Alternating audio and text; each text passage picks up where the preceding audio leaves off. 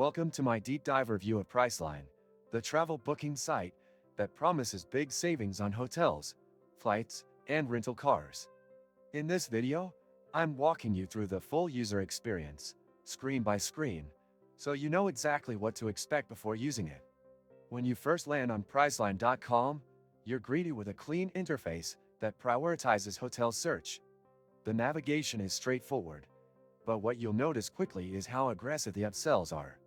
Even when you're just trying to search for a simple flight, the site pushes bundles and package deals. Searching for hotels is quick, and the filtering options are decent, though not the best I've seen.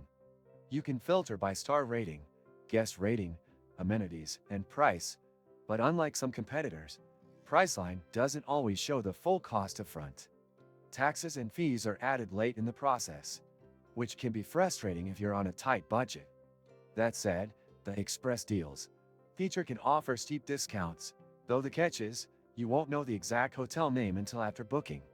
That gamble might be fine for some travelers, but it's not ideal for anyone who wants clarity and control. Flight bookings are fairly standard, but again, expect to see cross-sells like adding a hotel or rental car. Pricing seems competitive, although I've noticed occasional glitches where the price jumps at checkout. It's also worth pointing out that Priceline isn't a direct seller for flights. They act as a third-party intermediary, so if anything goes wrong, customer service can be hit or miss. I had one instance where a schedule change wasn't communicated to me properly, and resolving it required multiple calls. Car rentals through Priceline tend to be where the real value is. The interface lets you compare different rental companies easily, and in many cases, the prices are genuinely lower than on the car rental sites themselves. However, always double-check the fine print, especially regarding insurance and cancellation policies. Priceline doesn't always make those details obvious until the final screen. There was a time I got stuck between layovers with no hotel and no internet. That's when I first tried Trip.com, and now I carry it with me like a first aid kit. This and many other useful links you can find in the description. The Priceline mobile app is functional and mirrors the desktop experience, which is good for consistency. But I did notice the app sometimes has more limited inventory or slightly different pricing, which raises questions about transparency.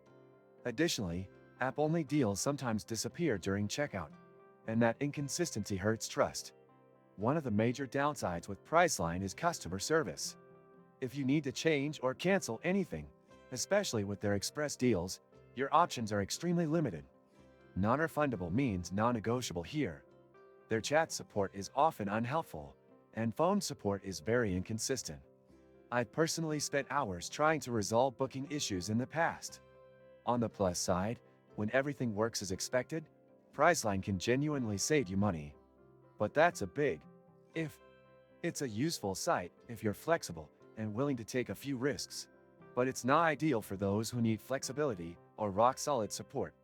I'd recommend Priceline mainly for solo travelers or budget-conscious users who can plan precisely and stick to it.